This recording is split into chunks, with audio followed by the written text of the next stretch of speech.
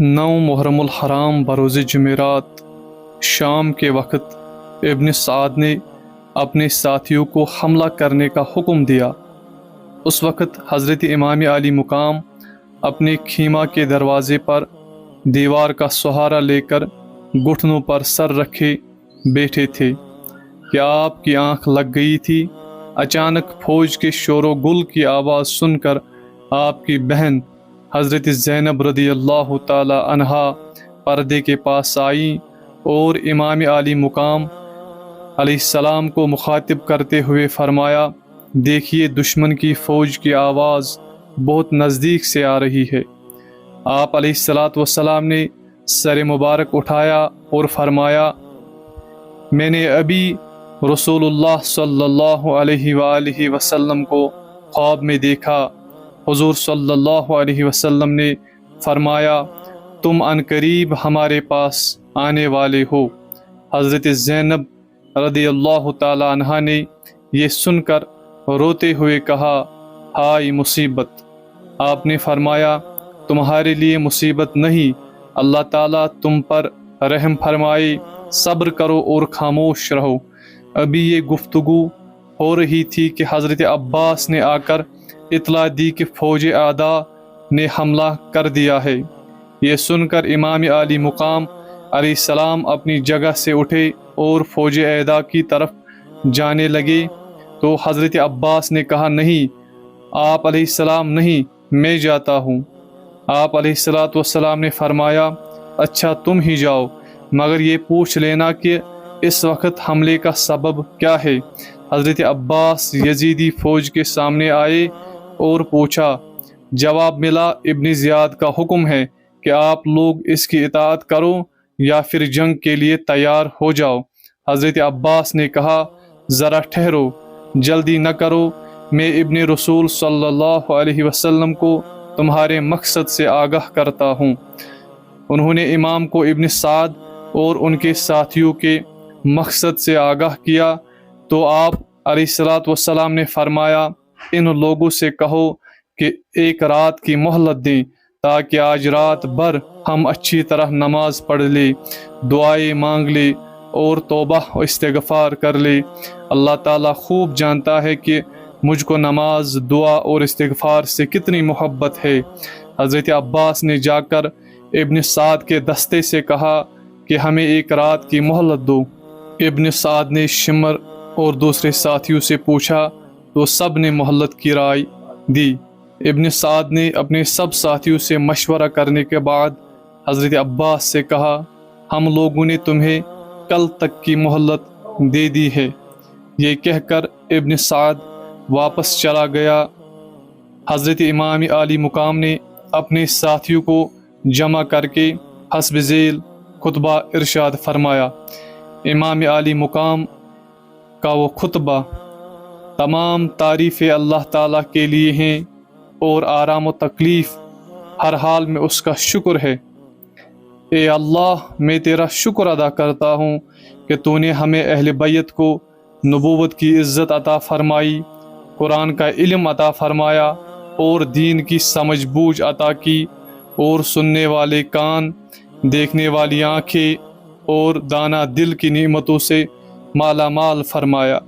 اس کے بعد حضرت امام نے فرمایا، میں دنیا میں کسی کے ساتھیوں کو اپنے ساتھیوں سے زیادہ وفادار اور بہتر نہیں جانتا، اور نہ کسی کے گھر والوں کو اپنے گھر والوں سے زیادہ نیکوکار اور صلہ رحمی کرنے والا دیکھتا ہوں۔ خدائے بزرگ و برتر تم سب کو میری طرف سے جزائے خیر عطا فرمائے۔ سن لو، میں یقین رکھتا ہوں کہ ان دشمنوں کے ہاتھوں صبح ہماری شہادت ہے، اس لیے میں تم سب کو بخوشی اجازت دیتا ہوں کہ رات کی تاریکی میں جہاں تم لوگوں کا جی چاہے چلے جاؤ، میری طرف سے کوئی ملامت اور روک نہیں ہوگی۔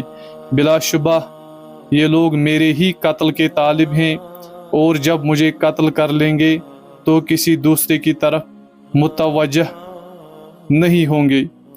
اس خطبے کو سن کر سب سے پہلے حضرت عباس، پھر آپ کے دوسرے بھائیوں، بیٹوں، بھتیجوں اور بانجوں نے یک زبان ہو کر کہا، کیا ہم صرف اس لیے چلے جائیں کہ آپ کے بعد زندہ رہے؟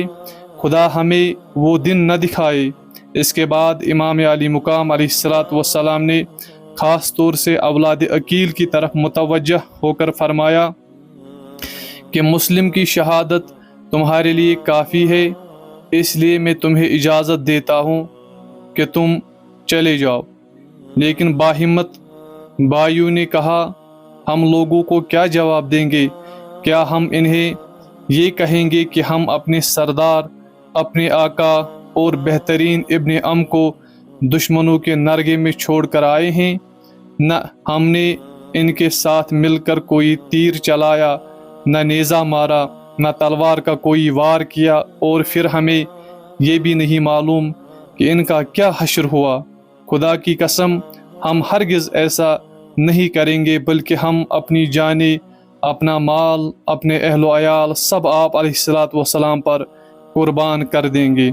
آپ کے ساتھ ہو کر آپ کے دشمنوں سے لڑیں گے۔ جو انجام آپ کا ہوگا وہی ہمارا ہوگا۔ خدا وہ زندگی نہ دے جو آپ کے بعد ہو۔ اس کے بعد اصحاب میں سے حضرت مسلم بن اوسجہ کھڑے ہوئے اور کہا، ہم آپ کو چھوڑ کر چلے جائے، یہ ہم سے ہرگز نہیں ہو سکتا۔ خدا کی قسم میں دشمنوں سے نیزہ کے ساتھ جنگ کروں گا، یہاں تک کہ میرا نیزہ ان کے سینوں میں ٹوٹ جائے، اور تلوار چلاؤں گا جب تک اس کا قبضہ میرے ہاتھ میں ٹھہر سکے۔ خدا کی قسم اگر میرے پاس ہتھیار نہ ہوں گے تو میں پتھر مار مار کر دشمنوں سے لڑوں گا اور آپ پر اپنی جان نثار کر دوں گا۔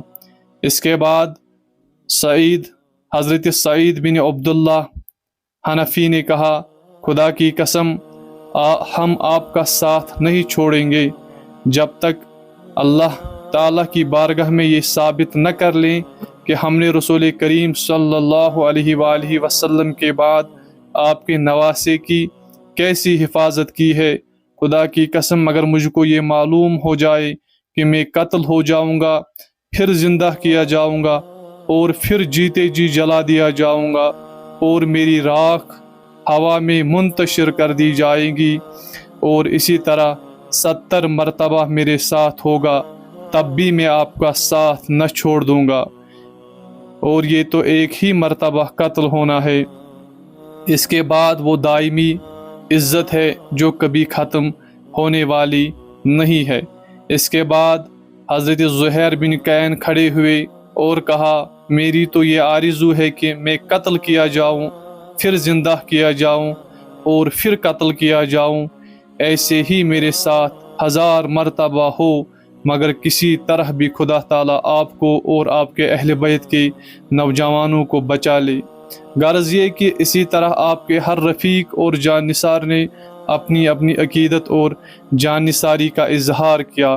اس کے بعد آپ اور آپ علیہ الصلاۃ والسلام کے تمام ساتھیوں نے نماز و دعا اور توبہ و استغفار میں ساری رات گزار دی، اور اس کے ساتھ ہی خیموں کی پشت پر خندق کھود کر لکڑیاں بھر دی، تاکہ بوقت جنگ ان میں آگ لگا دی جائے تو دشمن پیچھے سے حملہ نہ کر سکے۔